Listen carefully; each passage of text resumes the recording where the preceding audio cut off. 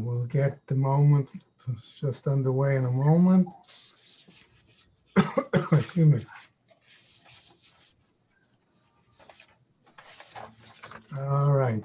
I'm going to start with the sponsors, and then we'll get into our text. All right.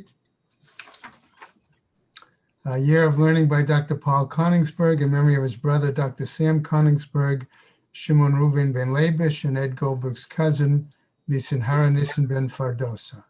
Paula and Bob Bromberg in memory of their dear friend Julian Smith, Yehuda ben Yisrael.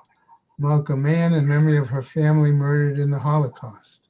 Harav Tzvi Hirsch ben Shlomo Yaakov, Sarah bat Ephraim, Israel David ben Harav Tzvi Hirsch, Ephraim ben Harav Tzvi Hirsch, Adia bas Harav Tzvi Hirsch, Miriam bas Harav Tzvi Hirsch, Pesel bas Harav Tzvi Hirsch, Shalom ben Harav Tzvi Hirsch, Shlomo Yaakov ben Harav Tzvi Hirsch, Shmuel ben Harav Tzvi Hirsch. Many friends of Dr. Marvin Blush, Moshe Shalom ben Yitzchak Halevi, friends of Toby Peres, Sarah Tova bat Yisrael Dov, friends of Malka Levi, Malka bat Yosef, friends of Avi Gitler, Avram Meir ben Shimon, Cheryl Sher, her children and grandchildren, in memory of her uncle, founding member of BRS, Dr. Israel Brook, Yisrael ben Harav Akiva. Month of Learning by Charlie Gelfenstein, memory of his mother, Dacia Gilbas Meir Halevi, and his father, Meir ben Yaakov. And that is it for today. Shemas have an aliyah, crank rafil velti yashir shema tliya, v'chol b'nei Yisrael a good gaben shtiyah. Okay. Now I'm going to just adjust my screen a little bit here. All right. And I'm doing that because I'm going to need it for visual aids that we're going to have this morning. Okay, with the Gemara. Right. So that I can show you something vis-a-vis the camera towards one of the Gemaras. All right.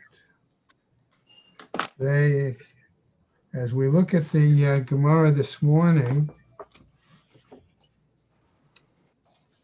okay, we're actually going to deal with more than one new Mishnah. But before we start the top of the Amud, I just want to go back real quickly. Bottom of Hey Amud Beis, okay, to our 3 lines from the bottom of the Amud. Okay, back part of the Mishnah said, Rabbi Yehuda Omer, Im Yesham Tfisat Yad V'chulei. Okay, that Rabbi Yehuda said if the owner of the property had some sort of a holding,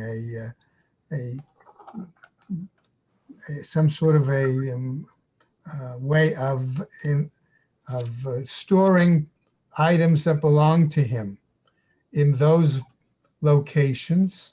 As a result, then the person living there was going to be considered more of a dependent, if you will, on that landowner, and therefore they are not prohibited in terms of carrying into that chatzer, into that courtyard. So the Gemara asks, Hechi dami tfisat yad? What do we mean then by his having this holding, this, right?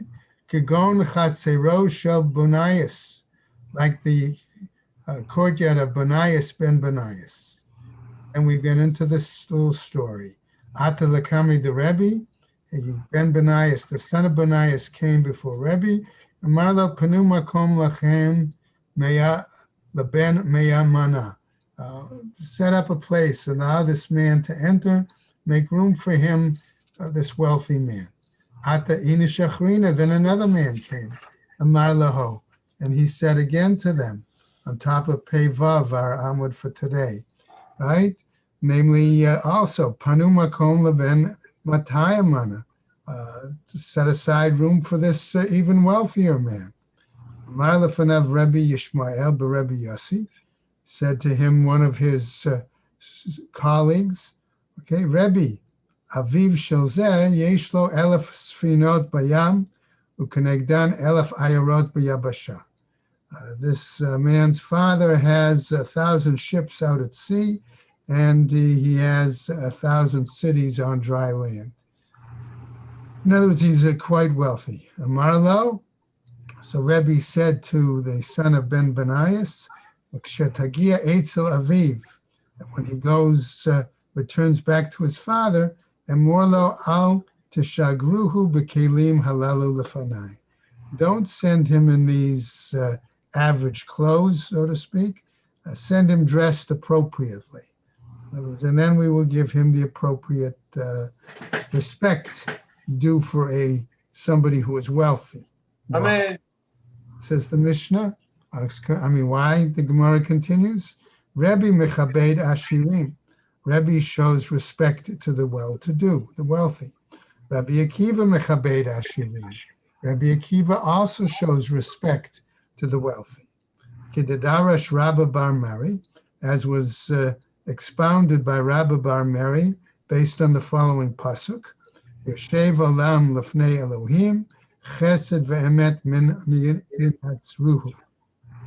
Okay, follow that pasuk. Do not send him before me. May he, in other words, the king, sit forever before God. Appoint kindness and truth that they may preserve him. So the Gemara says, Ematai Yoshev Olam Lefnei Elohim. At what point does the world properly sit before Hashem? Bisman Shechesed Ve'emet Min Yinatzruhu. At the time when kindness and truth, ample provisions are presented to the world. So in other words, for the one who uses his wealth properly, Rebbe will have respect for that individual. Now we pick up where we left off yesterday. Okay, Rabba Bar Chana Amar, he says, Kagon Yated Shel Machrisha. We're coming back to the question of what does it mean when Rebbe Yehuda said, so long as the owner, had some sort of his property or his material. The door's open. There in the home, in the place where that individual lived. Remember, we said it could be a woodshed, it could be a storehouse, it could be a storage place for straw, things like that. Okay? So he says, even if there is the pin of a plow, that's located there. Right? Ma Rav Nachman, Tana Debei Shmuel, says Rav Nachman, a student from the Academy of Shmuel, Dabar Hanital b'Shabbat, Oser. If it's something that can be removed, that can be moved on Shabbat, Oser. That is going to prohibit the individual from carrying into the courtyard. Davar she'eino nital b'Shabbat, but an object that maybe because of its size or its weight or its significance cannot be moved on Shabbat, eino oser. That does not prohibit the dweller of that location from carrying into the courtyard on Shabbat. Tanya Nami Hachi. And we have a Braita, that supports this view, which says basically, Yesh lo tevel, if he has tevel, Yesh lo ashashit, if he has ashashit. In other words, if he has large amounts, clumps of glass or of iron, the kol davar she'eino nital b'Shabbat, or something else that cannot be removed or moved on Shabbat, eino oser. That does not prohibit, restrict the use of the chatzer, of the courtyard, by that other individual. We get to a new Mishnah. This Mishnah is going to focus on the question of if somebody among the residents of the chatzer is not there for Shabbat. Particularly, we could ask the question, Does it make a difference whether that resident is a Jew or a non-Jew? And the Mishnah and Gemara are going to touch on that. Okay. Matnitin, says our Mishnah, Hamanich beito v'halach l'shvot ba'ir acheret. One who leaves his residence, let's say, in the courtyard, right, and he goes to spend Shabbat, okay, in another location, in another town. Now, our Mishnah says, Echad Nachri ve'echad Yisrael, regardless, okay, whether it's a non-Jew, okay, or a Jew. And the assumption may be that the non-Jew has rented out his rights to the courtyard to the other Jews living in the courtyard. Hare ze oser. In other words, if the Jew did not join in the Eruv Chatzerot, or if the non-Jew did not rent out his rights, then that is going to restrict the use of the courtyard for the other Jews. Divrei Rabbi Meir. That's the view of Rabbi Meir. Rabbi Yehuda Omer, says Rabbi Yehuda, Eino Oser. According to Rabbi Yehuda, that is not the case, right? What happens? A third opinion. Rabbi Yossi Omer, Nachri Oser. That if the non-Jew did not rent out his rights to the courtyard, then that does prohibit, right? We're going to see in a moment why. Yisrael eino oser. A Jew, however, does not prohibit or limit the use of the courtyard by other Jews. Why? She'en derech Yisrael lavo b'Shabbat. Because once the Jew gives up his residence in that courtyard for Shabbat, the assumption is that the Jew is not going to return there on Shabbat. Now, Rabbi Shimon Omer, says Rabbi Shimon, Afilu hiniach beito, v'halach lishbot etzel bito ba'ota ha'ir. According to Rabbi Shimon, even if one of the Jews were to give up his residence on Shabbat and go to spend time with his daughter in the same city, eino oser. That does not prohibit or restrict the other Jews in the courtyard. Why? Shekvar hisia mal milibo. Why? Because he has already, so to speak, put it out of his mind. Okay? In other words, he has already indicated that's where he's spending his Shabbat, and he would not be coming back on Shabbat. So the Gemara now is going to pick up, discuss this issue, and you're going to see that it may have some insight into family relations. Okay, Gemara says, Gemara Amar Rav.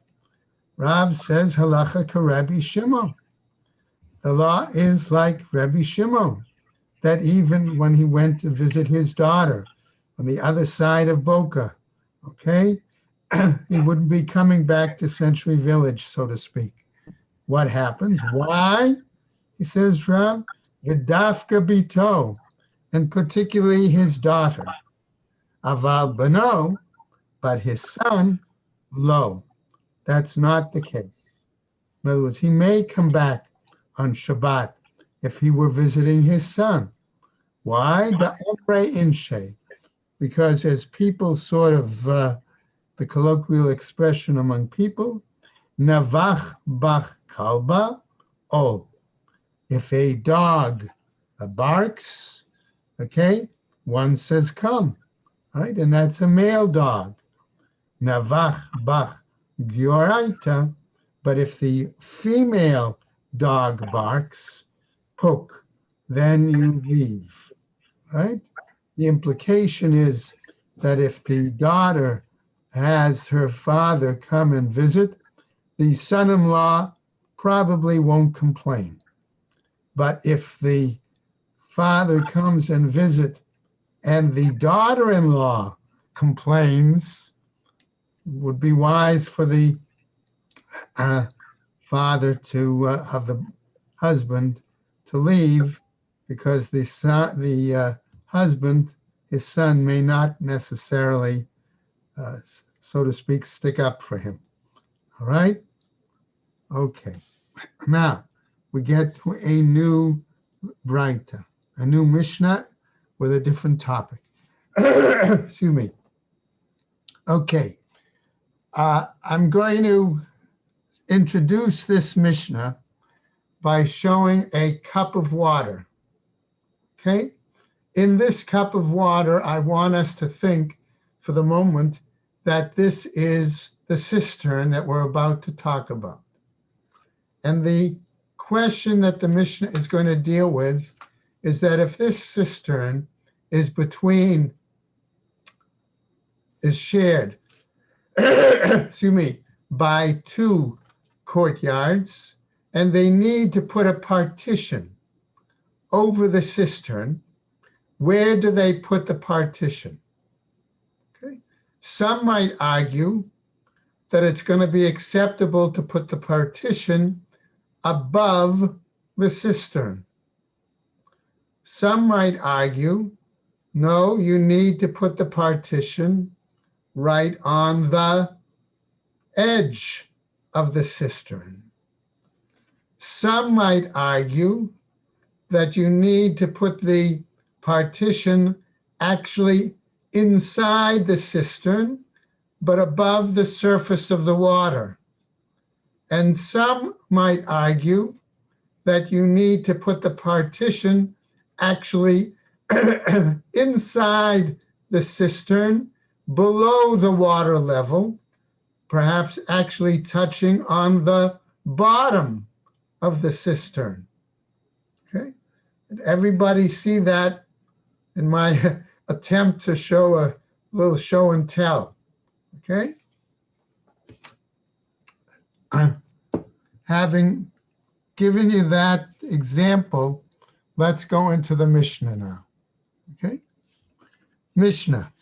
Bor shebein shtei chatzerot. We have a cistern between two courtyards. Says the Mishnah, ein mimalin mimenu b'Shabbat. They are not able to fill their, let's assume their pails, okay, on Shabbat.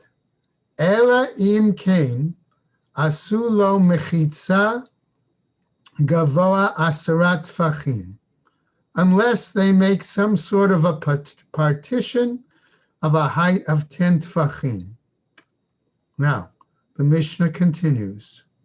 Bein milamata, whether it's above, bein mitoch ogamo, okay, or whether it's on its rim. Okay, so we saw that was the question. Does the partition of 10 tfachim have to go above, or does it have to go right on the rim of the cistern? Going on now. Rabban Shimon ben Gamliel Omer says, Beit Shammai Omrim Milamata. Beit Shammai says it has to be above. Beit Hillel Omrim Milamala. And Beit Shammai says it has to be Milamata, below. Beit Hillel Omrim Milamala. Beit Hillel says it has to be above. Amar Rabbi Yehuda, says Rabbi Yehuda, Lo tehei mechitza gedola min hakotel shebenehem, that this partition cannot be greater than the wall that is between the two courtyards. Okay, so immediately we see that there is a machloket as to where this partition has to go. Now, our Gemara is going to continue to try to clarify the language of the Mishnah. Okay, because when Beit Shammai says it has to be below, what do we mean below? Do we mean below the rim of the cistern? Do we mean below the water level? When Beit Hillel says it has to be above, do we mean above the cistern, but on the rim? Do we mean above the water level? So that's what we're going to be exploring. Amar Rav Huna, says Rav Huna, lamata, when it says below, lamata mamash, literally below. In other words, it has to be over the surface of the water. Lamala, above, lamala mamash, literally above, right? Namely, again, in other words, that has to be on the lip of the cistern. V'zeh babor, and that refers to the cistern. Okay? Now, going on. Okay? And by the way, you'll note on 86A3, if you're using Art Scroll, they have quite a number of diagrams. Rav Yehuda Amar Lamata, says Rav Yehuda, when it says below, Lamata min hamayim, below the surface of the water. Lamala, above. Lamala min hamayim, above the surface of the water. Now, Amar le Rabba bar Chanan la Abaye. He says to him, Hada Amar Rav Yehuda. When Rav Yehuda says lamata, okay, below, lamata min hamayim, below the surface of the water, ma'ishna lamata mimamash delo. How different is that from saying when it's below actually, and that it's still not sufficient, it doesn't work. The arive maya, because if it's simply below the lip of the cistern, the water is still going to mix. Lamata min hamayim, if we say it's below the water, in other words, the partition is at the bottom of the cistern, and it's got to be no more than 10 tfachim high, nami ha'arive maya. Here too, then, the water that's above the partition from either side of the cistern is going to mix. Amarle, he said to him, Lo shami alach hada amar Rav Yehuda amar Rav. Excuse me, didn't you learn or hear that which Rav Yehuda said in the name of Rav? Sorry. Namely, umatu ba mishum Rabbi Chia, and others arrived at that same conclusion based on something from Rabbi Chia. Tzrich sheyiru roshan shel kanim lamala min hamayim tefach. Namely, that if the partition is made from reeds, the top of the partition must reach above the surface of the water at least a tefach. V'tu, and furthermore, Hada Amar Rav Yehuda, that where Rav Yehuda said lamala, that it's above, lamala min hamayim, above the surface of the water. Ma'ishna lamala mamash delo. How different is that when we say above and we say it's not acceptable. Da'arive maya lamala min hamayim, because there the water mixes also, and that's above the water. Nami ha'arive maya. Here too, that water is going to mix.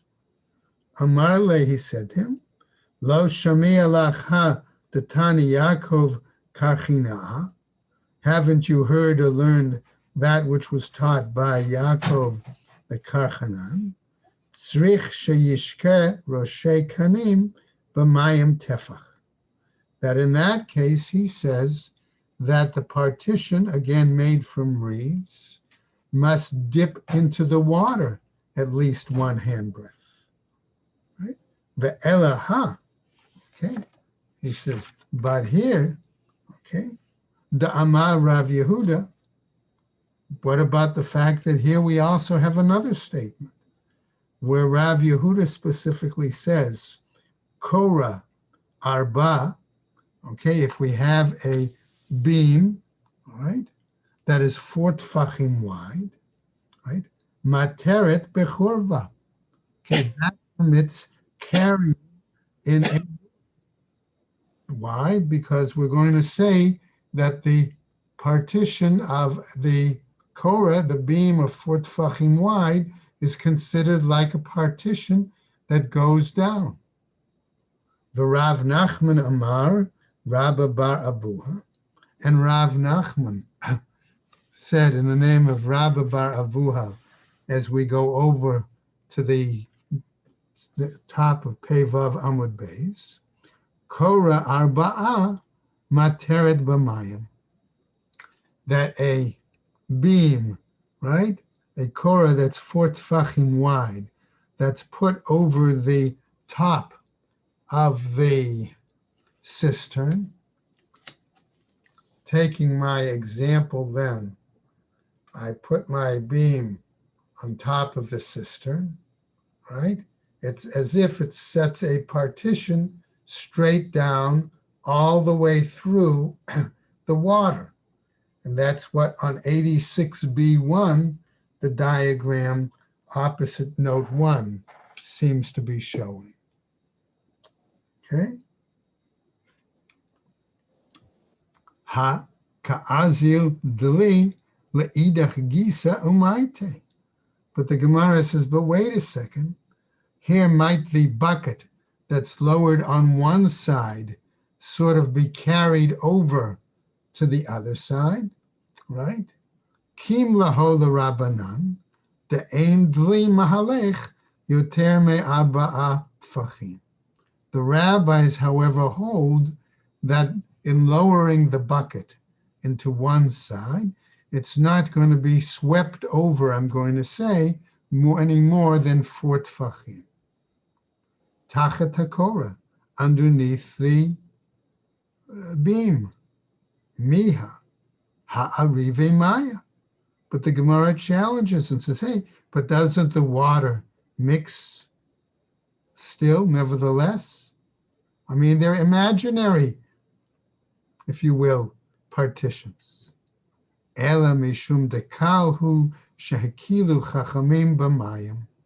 But rather it's because of a leniency that the rabbis did in regards to water. Right? Kideba'a mine Rabbi Tavla, as was asked, sorry, in the example where Rabbi Tavla asked the Shaila of Rav, Mechitza Tluya, if you have a hanging partition, Mahu Shatatir Bechurva, is it possible that it will permit carrying into the ruins? Amarle in Mechitza Tluya Materet Ela B'mayim. He says, no, that a hanging partition, okay, does not permit except in the case of water, kalhu shehekilu chachamim b'mayim, because it was a leniency that the sages did in regards to water. Okay. Having discussed that now, the Gemara wants to come back and look at another piece from our Mishnah, okay? Namely, Rabbi Yehuda. Okay?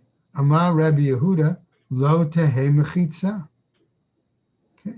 Rabbi Yehuda is saying that this kind of a partition, okay, should be no more effective than the wall between the chatzerot. Amar Rabba bar bar Chana, Amar Rabbi Yochanan. Excuse me. Rabbi Yehuda, B'shitat Rabbi Yossi Amra. Right? The Gemara first wants to suggest that Rabbi Yehuda was following the approach of Rabbi Yossi, who said as follows: the Amar mechitzat tluya materet afilu biyabasha, that a partition that hangs down does permit even on dry land. Ditnan, as taught elsewhere in another Mishnah, the following. And this deals with the example of a sukkah. Okay? Hamishal shel dafnot milamala lamata, one who lowers, let's say, sides, walls, from above down below. Bizman shegvohot min haaretz shlosha tfachim, if they are above ground level more than 3 tfachim, psula, those walls are invalid. Mimata lemala, if one sets the walls up from below to above, im gvaot asrat tfachim, if they're at least 10 tfachim high, kshera, they're valid. Rabbi Yossi Omer, says Rabbi Yossi, kashem shemilamata lamala asara, the same way if from below to above they are 10, okay, and thus kach milamala lamata asara, so likewise from above to below if they are 10. Velohi, but that's not the case. Lo Rabbi Yehuda, savarla ka Rabbi Yossi. It's not, says the Gemara, that Rabbi Yehuda holds like Rabbi Yossi. Velo Rabbi Yossi, savarla ka Rabbi Yehuda. And it's not that Rabbi Yossi holds like Rabbi Yehuda. Okay? Why is that the case? Rabbi Yehuda lo savarla ka Rabbi Yossi. Rabbi Yehuda may not hold a similar view to Rabbi Yossi. Why? Ad kan lo ka'amar Rabbi Yehuda. At this point, Rabbi Yehuda doesn't say what he does. Ela be'eruvei chatzerot d'Rabbanan. Why? Because he say that may apply, okay, using the Korah, right, as an imaginary partition to extend carrying into the in the courtyard 2 rooms, because Eruv Chatzerot is a halachic decision that is rabbinic.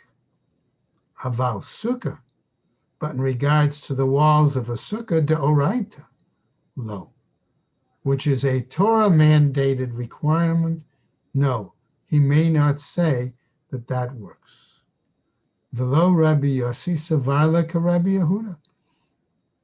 And we can say that it's possible that Rabbi Yossi does not hold the same opinion that Rabbi Yehuda does. Ad kan lo ka'amar Rabbi Yossi, because up to this point, Rabbi Yossi doesn't hold what he said. Okay, ela besuka de isur asehu. Okay, except in the example of sukkah, because there we have a prohibition that's based on a aseh, a mitzvah aseh. Aval Shabbat, but the mitzvah of Shabbat, okay, the isur skilahu, where there is a prohibition which has a clear punishment of stoning, and it's not simply a aseh, a prohibited, right? Lo, he would not say that. Lo amar, he wouldn't say it there.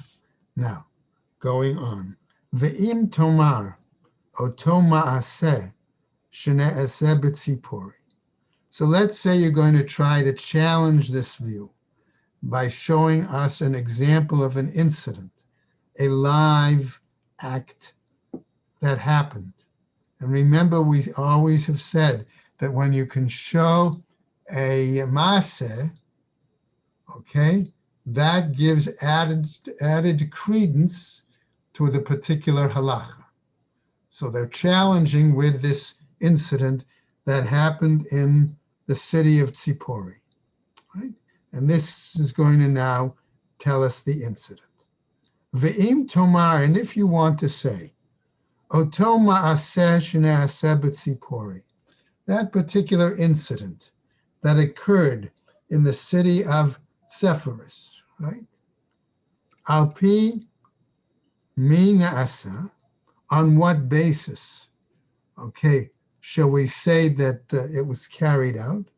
Okay, whose authority was it based on? Lo alpi Rabbi Yossi, neither on the authority of Rabbi Yossi, okay, Ella alpi Rabbi Yishmael bar Rabbi Yossi na'asa, but rather it was done on the authority of Rabbi Yishmael, the son of Rabbi Yossi. Okay. The Chi'ata Rav Dimi Amar, because when Rav Dimi came, Amar Pam Echad, he told us the following. Okay. Pam Echad Shachachu, one time, he said they forgot. What did they forget? They forgot to bring Velo Hiviu Sefer Torah Miba'od Yom, okay, that they forgot to bring on Friday the Torah from the, let's say, nearby house in which it was kept, out to the synagogue that was on the outskirts of town, okay, while it was still daylight on Friday. The Machar, the next day, namely on Shabbat, Parsu Sadin al Ha'amudim, they spread some sort of a sheet, okay, linen sheet on columns, right, that were leading out from the edge of town out to where the synagogue was. Veheviu Sefer Torah v'karubo, and they carried the Sefer Torah through these columns where the sheet was hanging down as if the sides of the sheets therefore formed partitions, right? And carried the Sefer Torah out there to the synagogue to read it. And so the Gemara challenges and says, Parsu, they actually spread them on Shabbat. L'chadchila mishari. Initially, who's going to even permit that? Okay. Vaha hakomadim she'enu sin ohel ari b'Shabbat. But isn't everybody in agreement, right, that we do not make any kind of even temporary structure, temporary covering on Shabbat?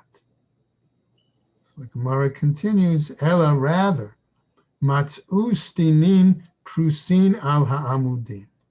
But rather, he said, we found these sheets spread over the pillars, over the posts. Veheviu Sefer Torah v'karubo. And they brought a Sefer Torah then, and that's what they read from it on the Shabbat. Now, Gemara wants to talk about this question that we saw previously, where it indicated that the rabbis made a leniency, okay, vis-a-vis water. Okay, now, and that's so we start. Amar Rabba, says Rabba, Rabbi Yehuda v'Rabbi Chananya ben Akavya amru davar echad, that these two sages, okay, basically said the same thing. Okay, ha da'amran, hear what we said, namely that the rabbis made a leniency when it comes to partitions over bodies of water. Rabbi Chananya ben Akavya, okay, he also said another item. Rabbi Chananya ben Akavya omer guzuz Torah sheyesh ba'arba amot, al arba amot, that if you have a balcony that is hanging over the cistern, right? And the balcony measures 4 amma by 4 amma, right? And it extends over the water, right? Over the cistern. What can you do? Let's go over just a little bit. Chokek ba arba al arba. One actually cuts into the balcony, okay, a area 4 tfachim by 4 tfachim, okay, and then you're able to lower, right, your pail through that opening in the balcony. Why? Because the balcony, by making that hole, let's say, or that square, it's as if we have a principle that says that we have imaginary partitions going all the way down into the body of water underneath. And since the water is carmelites, we could raise it, right? Now, at this point is where we're going to stop, because Abaye is going to challenge this idea, okay? But I want you to just quickly look at, if you're using Art Scroll 87A1, the diagram connected with note number 1, okay? Which is, I think, on Art Scroll's part, a very good example, okay, of how we get this idea of good achis, okay, that by the 4 amos is the minimum area for the balcony to do it, and the area 4 by 4 tfachim create a new reshus within it, and therefore partitions go all the way down to the water level and allowing for the pail to be used. Okay? So we'll pick up tomorrow on Pei Zion Amud Aleph on the top with Abaye's question and explanation of why he questions this idea. Rabbi Green, Yes, do sir. the partitions extend down from the balcony or from the hole that he made? The partitions extend from the hole, the 4 by 4 tfachim hole, all the way down into the surface of the water. But then the hole has to be directly above the water. Correct. Correct. The balcony extends over the water, but the hole, okay, is what allows them to create according to this initial suggestion. And that's why we're stopping here, because tomorrow we'll pick up with that and see what is Abaye questioning about it, okay?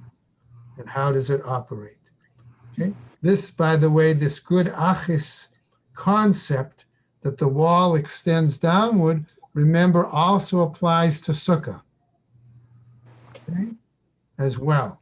So it's a worthwhile principle to keep in mind. Everybody stay well, okay, and take care. Thank you, Rabbi. Thank you. Have a great day. Bye, Javi.